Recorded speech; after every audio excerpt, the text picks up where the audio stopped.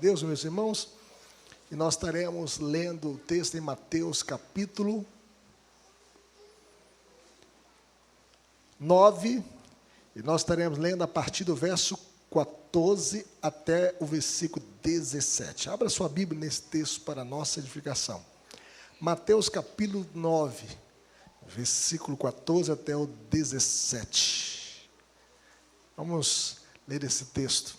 Convido os irmãos a se colocarem em pé. Nós estaremos lendo mais uma vez essa passagem juntos para a nossa edificação. Mateus capítulo 9, verso 14 a 17. Você que está em casa também, acompanha a leitura com fé e esperança para a sua edificação. Diz assim: vieram depois os discípulos de João e lhe perguntaram: por que jejuamos nós? E os fariseus muitas vezes, e os teus discípulos não jejuam? Respondeu-lhes Jesus: podem acaso estar tristes os convidados para o casamento, enquanto o noivo está com eles? Dias virão, contudo, em que lhes será tirado o noivo, e nesses dias hão de jejuar. Ninguém põe remendo de pano novo em vestido velho, porque o remendo tira parte do vestido, e fica maior a rotura. Nem se põe vinho novo em odres velhos. Do contrário, rompem-se os odres, derrama-se o vinho, e os odres se perdem. Mas põe-se vinho novo em odres novos, e ambos se conservam. Que Deus nos abençoe. Vamos falar com Deus. Pai querido, fale conosco por meio da Tua palavra, que a Tua palavra possa encontrar guarida em nosso coração. É o que nós te pedimos, no nome de Jesus, para a glória do Senhor Jesus. Que o Teu Santo Espírito, Senhor, que inspirou esse texto, possa iluminar a nossa mente, para que possamos entender a Tua palavra e aplicá-la na nossa vida, e possamos vivê-la para o louvor da Tua glória, em nome de Jesus. Amém. Poder sentar, meus irmãos. A refeição na casa de Mateus aconteceu ao mesmo tempo em que os fariseus e os discípulos de João estavam jejuando. Mateus ofereceu um banquete para Jesus e também para os seus amigos publicanos e outros pecadores. Os fariseus, então, questionaram Jesus sobre aqueles com quem ele tinha comunhão durante as refeições. Eles fizeram a seguinte pergunta: por que come o vosso mestre com publicanos e pecadores? Os fariseus, eles praticavam a religiosidade, meus irmãos, com o fim de receberem o aplauso dos homens, o elogio dos homens. Eles jejuavam para receber o elogio dos homens e não para se humilhar diante de Deus, porque jejum é momento de contrição, é momento de arrependimento, é momento de volta para Deus. Mas eles criticavam Jesus por comer com publicanos e pecadores, uma vez que se achavam melhores do que os outros homens. Mas ninguém é melhor do que ninguém. Todos somos pecadores. Todos pecaram e carecem da glória de Deus. Todo homem é carente da graça de Deus. Por mais santo que ele seja, por mais puro que ele seja, nós precisamos da graça de Deus para a nossa vida. E os fariseus, eles se achavam mais puros, mais santos, mais merecedores do que os demais homens. Mas nenhum de nós merece nada. O que nós merecemos é a condenação. De igual forma, os discípulos de João, contaminados com o fermento dos fariseus, fizeram a pergunta a Jesus sobre o jejum. Por que jejuamos nós e os fariseus muitas vezes e teus discípulos não jejuam?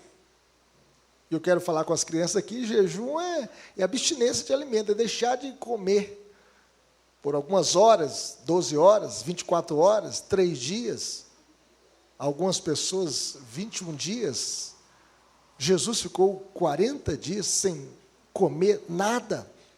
E segundo Sproul, como os fariseus, os discípulos de João estavam presos aos rituais da religião, ao aspecto externo, e não o aspecto interno, da mudança do coração. E então eles fizeram a pergunta: por que nós sim e eles não? Provavelmente, Eles estavam jejuando em favor de João Batista, porque estava preso por decreto de Herodes. E eles então estavam tristes, eles estavam jejuando para que ele pudesse ser libertado da prisão ali de Herodes. E para os judeus, meus irmãos, o jejum é uma prática regular. O judaísmo exigia apenas um jejum no dia da expiação. Esse era um jejum anual. Eles ficavam 24 horas sem comer nada. No entanto, havia outros tipos de jejuns específicos. Por exemplo, um tipo de jejum para lamentar as tragédias nacionais. Por exemplo, a destruição do templo na época de Nabucodonosor. Eles faziam um jejum lembrando, porque Nabucodonosor destruiu o templo em Jerusalém, arrasou Jerusalém, e eles faziam esse jejum, né, por causa desse dia. Outro jejum era o jejum em tempos de crise, como na guerra, praga, seca e fome. E um terceiro jejum era aquele autoimposto por quaisquer razões. E o Salmo 35, 13 diz o seguinte: quanto a mim, porém, estando eles enfermos, as minhas vestes eram pano de saco, e afligia minha alma com jejum, em oração me reclinava sobre o peito. Nós podemos ver que o salmista está clamando a Deus e jejuando por causa de uma calamidade, por causa de uma enfermidade. Ele está jejuando e clamando ao Senhor para que o Senhor pudesse alentar, consolar, confortar, sarar os enfermos. Às vezes tem um parente que está enfermo, que está entre a vida e a morte, que está no CTI, que está fazendo um tratamento de quimioterapia. A família se reúne para jejuar e orar por aquela causa, por aquela vida, por aquele enfermo, por aquele parente. Os fariseus normalmente jejuavam às segundas e às quintas-feiras, embora isso não fosse exigido, não estivesse na lei, mas era uma prática farisaica. O jejum exigido no dia da expiação era de 24 horas, entretanto, o jejum voluntário, via de regra, era de 12 horas. Eles começavam a jejuar meia-noite e iam até meio-dia jejuando, 12 horas. Os mestres da lei, meus irmãos, se referiam ao jejum como uma aflição da alma, o momento que a alma estava atribulada, a alma estava cansada, um ato sacrificial de piedade, momento que o povo estava se quebrantando diante de Deus. Além do mais, nós devemos pontuar algumas verdades sobre o jejum na concepção de Jesus, na cosmovisão de Cristo. Jesus, ele não era contrário ao jejum, porque Jesus mesmo jejuou 40 dias. Quem já jejuou aqui 40 dias? Jesus ficou 40 dias sem comer, né, jejuando, 40 dias, sendo tentado pelo diabo no deserto. Jesus e os apóstolos também jejuaram. Você pega, por exemplo, Paulo jejuou 3 dias, pós-conversão, ele ficou 3 dias jejuando e orando. A igreja de Deus, ao longo do século, tem jejuado, orado pelas nações, orado pelos enfermos, orado por causa de uma calamidade, por causa de um terremoto, por causa da fome, por causa da peste, por causa também de uma guerra. Jesus, meus irmãos, denunciou o jejum dos hipócritas. Jesus diz o seguinte: quando jejuardes, não vos mostreis entristecidos como os hipócritas, porque desfigura o rosto com o fim de parecer aos homens que jejuam. Em verdade vos digo que eles já receberam a recompensa. Tu, porém, quando jejuares, unge a cabeça, lava o rosto, com o fim de não parecer aos homens que jejuas, e sim ao teu pai em secreto, e teu pai que vem em secreto te recompensará. O jejum não é para ser um elogio dos homens, uma ostentação. O jejum é para ser um momento de contrição, de piedade. E se você for fazer, segundo Jesus, que você possa ungir a cabeça e lavar o rosto, e não parecer aos homens que você está jejuando. O jejum dos fariseus era um ritual para a sua própria exibição, ostentação, vanglória, projeção, aplauso dos homens. Eles consideravam que o jejum lhes acreditavam mérito diante de Deus. Eles achavam o seguinte: olha, agora eu estou com mérito diante de Deus. Eu alcancei o favor de Deus pelo meu mérito, pelo meu jejum, pelas minhas obras. No entanto, meus irmãos, não é isso que Jesus ensinava. Jesus ensinava que a salvação é graça de Deus, é presente de Deus, pelos méritos de Cristo. E por esta razão, a grande ideia dessa passagem é que a chegada do Messias marca o raiar de um novo dia, o alvorecer de um novo dia, o despontar de um novo dia, a chegada de Jesus, a presença de Jesus, a manifestação de Jesus. Nós lemos aqui que o menino nos nasceu, o filho se nos deu, o governo está sobre os seus ombros, e o seu nome será chamado Maravilhoso Conselheiro, Deus Forte, Pai da eternidade, Príncipe da paz. A Bíblia diz que o povo que andava em trevas viu grande luz. A luz de Deus brilhou com a chegada de Jesus a este mundo. Então a chegada do Messias marca o raiar de um novo dia. Em primeiro lugar, uma vez que na presença de Jesus há plenitude de alegria. Veja o que diz o versículo 15. Olha o que Jesus respondeu aos discípulos de João. Verso 15, vamos ler comigo? Respondeu-lhes Jesus: podem acaso estar tristes os convidados para o casamento, enquanto o noivo está com eles? Dias virão, contudo, em que lhes será tirado o noivo, e nesses dias hão de jejuar. Veja bem, que a festa de casamento era um momento de alegria, não de tristeza. Era um momento de celebração, não de aflição de alma. E naquele tempo, o casamento, no Oriente Médio, eram 7 dias de festa. Já pensou? Daniel, a Júlia casando, 7 dias de festa, hein, Daniel? Pode juntar o dinheiro, hein? Então, veja bem, eram 7 dias de festas. E aqui nós podemos ver que Jesus é o noivo encarnado e os discípulos são convidados para a festa. Jesus é o noivo. Os discípulos estavam celebrando a nova vida em Cristo. É tempo de festa, não de tristeza. Jesus chegou, o Messias chegou, o prometido se encarnou e habitou entre nós, cheio de graça e verdade, e vimos a sua glória, glória como do unigênito do Pai. E por essa razão, durante o tempo em que estiver presente o noivo, não pode jejuar. Jesus estava presente. Era o tempo dos discípulos se alegrarem na presença do Cristo encarnado. Por isso eles estavam ali celebrando a salvação de Mateus, estavam ali celebrando a salvação de outros publicanos e pecadores que estavam contritos aos pés de Jesus. Por isso eles estavam no banquete, numa festa espiritual. Meus irmãos, a Bíblia diz em Eclesiastes capítulo 3, de 1 a 8, se você quiser ler a sua Bíblia nesse texto, ou o Daniel vai passar aí para nós, veja o que diz o texto. Há tempo para todo propósito debaixo do céu, tempo de chorar e tempo de rir, tempo de prantear e tempo de saltar de alegria, tempo de espalhar pedras e tempo de juntar pedras, tempo de abraçar e tempo de afastar-se de abraçar, tempo de buscar e tempo de perder, tempo de guardar e tempo de deitar fora, tempo de rasgar e tempo de coser, tempo de estar calado e tempo de falar, tempo de amar e tempo de aborrecer, tempo de guerra e tempo de paz.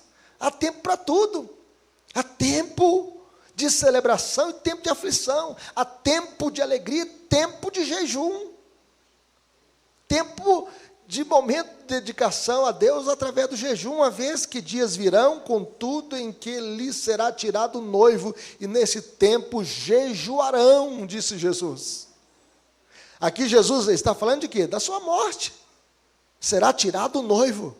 Quando Jesus foi pregado na cruz, foi um momento de aflição para os discípulos. Eles ficaram tristes, e a morte de Jesus na cruz foi a morte de suas esperanças. E aqui nós podemos ver que Jesus está fazendo uma profecia que também estava refletindo a profecia do Antigo Testamento, em Isaías 53, versos 7 e 8. Ele foi oprimido e humilhado, mas não abriu a boca, como cordeiro foi levado ao matadouro, como ovelha muda perante os seus tosqueadores, ele não abriu a boca, por juízo opressor foi arrebatado, e de sua linhagem, quem dela cogitou?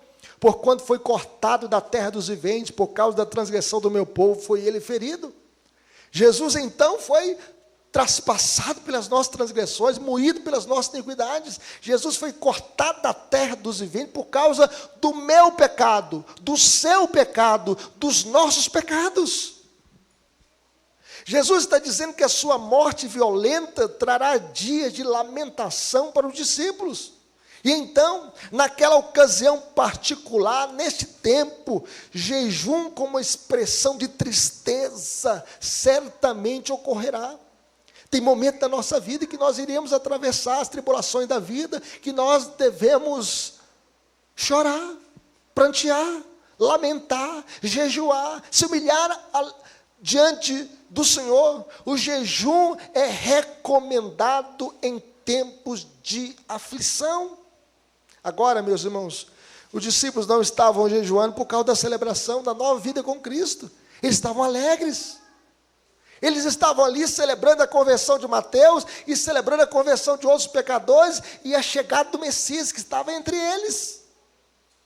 Os princípios de liturgia da nossa igreja dizem que em casos muito excepcionais, calamidades públicas como guerras, epidemias, terremotos, na pandemia, a igreja foi convocada a jejuar e orar muitas vezes, pedindo a Deus para que o vírus da Covid não ceifasse vidas e vidas fossem curadas, alcançadas. É recomendável a observância de dia de jejum ou cessadas tais calamidades de ações de graças. Então, quando a gente recebe uma bênção de Deus, a gente tem que agradecer, oferecer um culto de gratidão ao Senhor, como fizemos aqui no quarto domingo, a quarta, quinta-feira de novembro, agradecendo a Deus pelo ano. Até aqui o Senhor tem nos ajudado, mas nos tempos de aflições nós devemos jejuar e orar e clamar ao Senhor.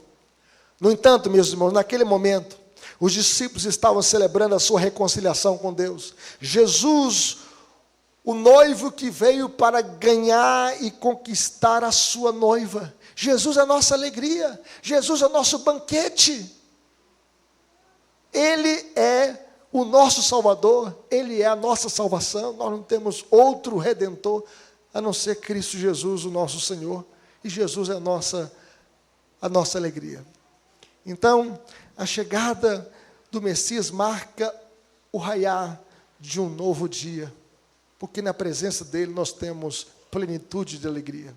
Mas em segundo lugar, a chegada do Messias marca o raiar de um novo dia, uma vez que Jesus não veio remendar algo velho, mas implantar algo novo. Veja o que diz o verso 16. Vamos lê-lo comigo? Todos juntos? Ninguém põe remendo de pano novo em veste velha, porque o remendo tira parte da velha e fica maior a rotura. Em outras palavras, se alguém costura um remendo de pano novo, que não foi tratado e ainda não se encolheu, em veste velha, com o passar do tempo, o novo remendo irá encolher e romper o velho. E o rombo fica maior, fica pior. A rotura fica maior. Porque a textura do pano velho não suporta o encolhimento do pano novo. Ele rompe. E aí a rotura fica muito maior. Segundo o Spurgeon, meus irmãos, Jesus não veio para reparar o manto desgastado de Israel, mas trazer novas vestes. É isso que Jesus veio fazer. Jesus não veio para consertar nossa velha religiosidade exterior, mas Jesus veio para fazer um novo manto de justiça para nós. Jesus nos vestiu com o manto da sua justiça. Justificação é isso, é o ato pelo qual Deus nos declara justos pelos méritos de Cristo. Jesus te cobriu com o seu manto. O seu manto era velho, desgastado, mas Jesus tirou aquela veste suja e colocou o seu manto limpo sobre você. O cobriu com os seus méritos. Jesus nos cobriu com o seu manto de justiça. Porque Ele morreu a nossa morte na cruz, derramou o seu sangue para nos cobrir da nossa nudez, da nossa vergonha, dos nossos pecados, e dizer para nós dos seus pecados, eu não me lembrarei mais. O Evangelho, meus irmãos, não é um remendo das práticas judaicas. O Evangelho implanta em nós algo novo. A vida de Deus em nós. Foi isso que Jesus veio fazer. Jesus nos batizou com o Espírito Santo. Nós somos morada de Deus. O Espírito Santo veio sobre nós por causa de Jesus. É Ele quem batiza o crente com o Espírito Santo. É Ele que renova a nossa vida, o nosso interior. Isso não é uma ação externa, não é um esforço humano, mas é graça de Deus. O Evangelho é vida nova com Cristo. O Evangelho não é um remendo da velha roupagem do legalismo judaico. O Evangelho é a nova vida em Cristo. Por isso Paulo chega a dizer, se alguém está em Cristo, é nova criatura. As coisas velhas se passaram, eis que tudo se fez novo. Com Cristo é vida nova. O Evangelho não é letra morta. O Evangelho, meus irmãos, é palavra de vida. É palavra de Deus para o nosso coração. O Evangelho não é o esforço humano tentando chegar a Deus. Não é o homem fazendo a escada e tentando alcançar o céu, não. É Deus chegando a nós através de Jesus, porque Deus estava em Cristo reconciliando consigo o mundo. O Evangelho não é o homem correndo atrás de Deus, é Deus correndo atrás do homem e resgatando o homem em Cristo. Isso é obra de Deus. É Deus perguntando a Adão, onde estás? É Deus te perguntando, onde você está? E é Deus te chamando para Ele. Vinde a mim, todos que estáis cansados e sobrecarregados, e eu vos aliviarei. Mas em terceiro lugar, meus irmãos, a chegada do Messias marca o raiar de um novo dia, uma vez que Jesus não veio confinar a verdade do Evangelho em antigas estruturas. Veja o que diz o verso 17, vamos ler sobre o vinho novo. Nós até cantamos aqui sobre o vinho novo. Às vezes a gente chega na igreja arrebentado, quebrado, mas Jesus é aquele que nos restaura.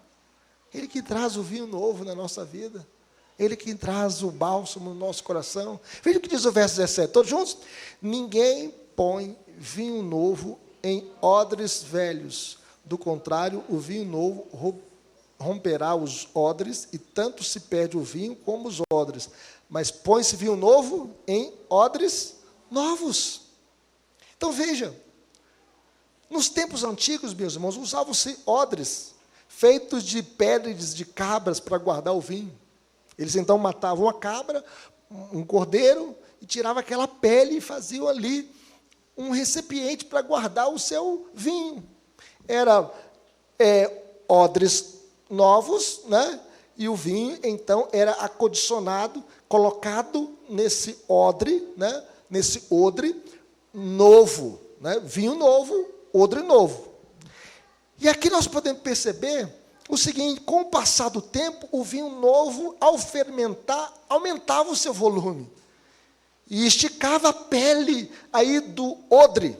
E por isso, o vinho novo não podia ser colocado em odre velho, pois ele poderia romper.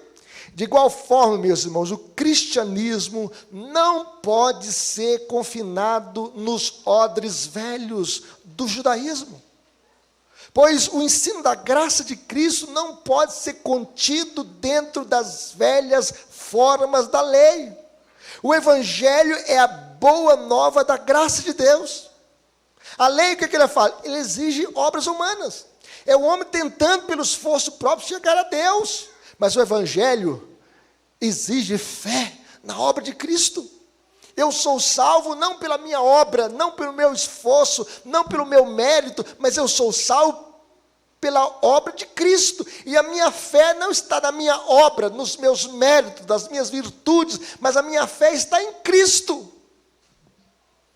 O vinho novo, meus irmãos, não era para ser derramado na vasilha de couro do legalismo. Não, porque ia se romper, ia se estragar tanto o vinho quanto também a vasilha.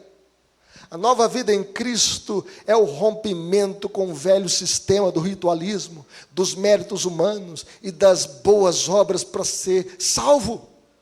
Existem muitas pessoas vivendo das sombras, Eu conheci um pastor que abraçou o movimento de G12, que ele queria fazer um sacrifício no altar da igreja, matando o cordeiro.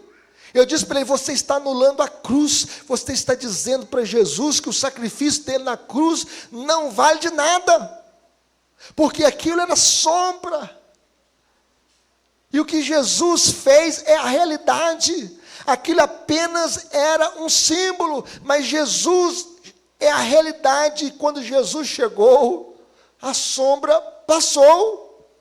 Nós não precisamos mais matar o cordeiro. Nós não precisamos mais colocar um candelabro na igreja, porque Jesus é a luz do mundo. Ele é a realidade que já chegou.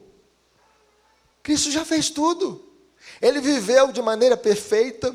Ele morreu em nosso lugar na cruz do Calvário para satisfazer a justiça de Deus em nosso lugar. Aquele que não conheceu o pecado, ele o fez pecado por nós, para que fôssemos feitos justiça de Deus.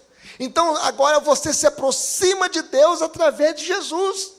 E Deus aceita o nosso culto, aceita a nossa obra, aceita a nossa gratidão, aceita os nossos louvores, aceita o nosso serviço por causa de Jesus.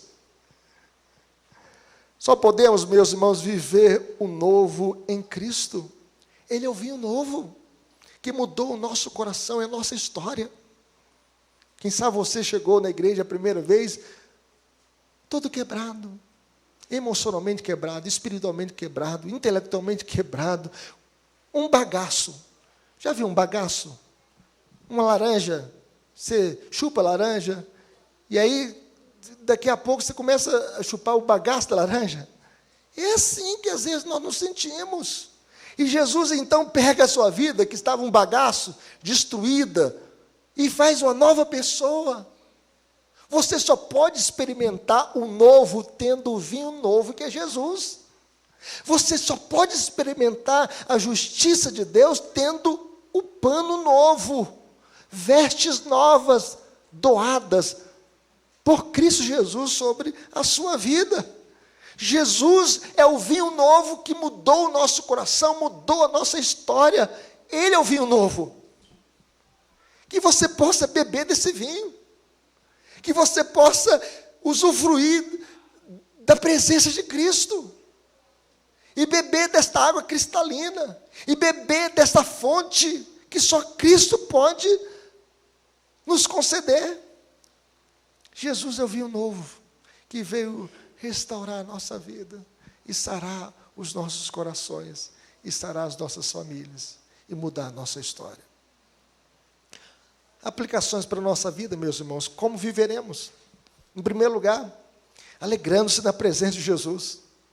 Os discípulos estavam ali na casa de Mateus, naquele banquete, celebrando na presença de Jesus. Jesus estava presente. Era hora de alegrar-se, de regozijar-se. A vinda de Jesus ao mundo trouxe a boa nova de grande alegria. E Ele veio para morrer a nossa morte e para nos dar a sua vida. Ele morreu, mas ressuscitou dentre os mortos no terceiro dia. Ele venceu a morte, Ele vive. E porque Ele vive, eu posso crer no amanhã. Ele está conosco todos os dias da nossa vida. Ele está conosco na alegria, na tristeza, na saúde, na doença. Ele está conosco todos os dias, até a consumação dos séculos. Como viveremos alegrando-se na presença de Jesus? O crente, meus irmãos, ele tem motivos de sobra para se alegrar na presença de Deus. O estado normal do crente deve ser o de alegria, por saber que ele está em Cristo, você está em Jesus. O crente, mesmo em meio às aflições da vida, tem motivos de alegria. A Bíblia chega a dizer, porque a nossa leve e momentânea tribulação produz para nós o quê? Eterno peso de glória acima de toda comparação. Porque nós não atentamos nas coisas que se veem, mas nas que se não veem. Porque as coisas que se veem são temporais, mas as que se não veem são eternas. Como viveremos? Alegrando-se sempre na presença de Jesus. Você já acha que Paulo tinha motivo de lamentar? De chorar ou de se alegrar? Quando ele escreveu a sua carta aos Filipenses. Qual era a situação que ele estava vivendo? Quando ele escreveu a sua carta aos Filipenses? Ele estava preso em Roma por causa da fé. E sabe o que ele disse? Alegrai-vos sempre no Senhor. Outra vez vos digo, alegrai-vos. Um homem mesmo preso, mesmo confinado num calabouço, ele diz, tudo posso naquele que me fortalece. A alegria dele estava no Senhor. A nossa alegria, meus irmãos, é cristocêntrica. Cristo é a razão da nossa alegria. A nossa alegria é uma pessoa. Nossa alegria não é dinheiro, não é sucesso, não é fama, não é glória. A nossa alegria é uma pessoa. Cristo. Cristo é a nossa alegria. Não existe jovem feliz sem Jesus, não existe família feliz sem Cristo, não existe filhos felizes sem Cristo. Cristo é a nossa alegria. Ninguém será feliz sem Cristo. Não tem casamento feliz sem Cristo. Não tem pessoa feliz sem Cristo. Só Cristo. Muitas pessoas às vezes se drogam, estão vivendo nas baladas doitadas, querendo preencher o vazio do seu coração, mas nada disso pode preencher o vazio do coração. Só Cristo. Não importa se tudo estiver ruim hoje, sempre há uma manhã melhor. Sempre há uma manhã melhor. Quando você tem Jesus, você tem esperança e alegria. Você tem esperança de que depois de uma noite, vem amanhã, vem um novo dia. Depois do inverno, vem a primavera. Depois da tempestade, vem o sol. Depois do pecado, vem o perdão. E tudo isso enche o nosso coração de alegria. Alegrando-se sempre na presença de Jesus. É assim que nós devemos viver a vida. Mas em segundo lugar, meus irmãos, como viveremos? Celebrando a nossa nova vida em Cristo. Jesus não veio para remendar um manto velho da antiga religião, para nos vestir de novas, mas de vestir de novas vestes. Jesus não veio vestir você com o manto do judaísmo. Não, Jesus veio vestir você com novas vestes. O Evangelho, meus irmãos, ele produz uma mudança radical na nossa vida. Não tem jeito de ser crente e permanecer a mesma pessoa. O mesmo marido, a mesma esposa, o mesmo filho. Não tem jeito. Jesus muda a nossa história. O Evangelho produz uma mudança na raiz do nosso ser. Faz do pecador a nova criatura. E Jesus, ele veio nos vestir de ternos afetos de misericórdia, de bondade, de humildade, de mansidão, de longanimidade. Jesus não veio misturar a graça do Evangelho com o legalismo do judaísmo. Não, Jesus não veio fazer essa mistura. Jesus, ele veio para mudar a nossa vida e viver no nosso coração, para que vivamos uma nova vida em Cristo, para que possamos ter uma nova vida em Cristo, para que vivamos em novidade de vida. Jesus não veio acrescentar religião à sua vida. Jesus veio te dar nova vida. A Bíblia diz que o diabo veio para roubar, matar e destruir, mas Jesus veio para nos dar vida e vida em abundância. Ele é o novo vinho em odres novos. Com Cristo, meus irmãos, nós temos uma nova história na família, na igreja e na sociedade. Em Cristo nós temos o raiar de um novo dia, de uma nova história. É Jesus quem faz isso. Por isso nós devemos celebrar a nova vida. Jesus não quer que você seja mais religioso, mas que você seja mais crente. Tenha uma nova vida, um novo coração. Que você tenha uma mudança radical no seu ser. Que você possa ser uma nova pessoa. Que você possa andar com Ele. Que você possa viver com Ele. Que você possa servi-lo de todo o seu coração. Que você tenha uma vida dedicada a Deus. Que você possa ser uma melhor pessoa na sua casa, na igreja, no seu trabalho, em todo lugar, vivendo com Cristo, e que as pessoas possam ver o brilho de Jesus nos seus olhos, no seu coração, no seu viver, no seu andar, no seu comportamento. Por isso nós devemos celebrar a nova vida que só Jesus pode dar. Que Deus nos abençoe. Amém? Vamos orar? Vamos falar com Deus? Eu quero convidar as crianças para que possam vir aqui à frente.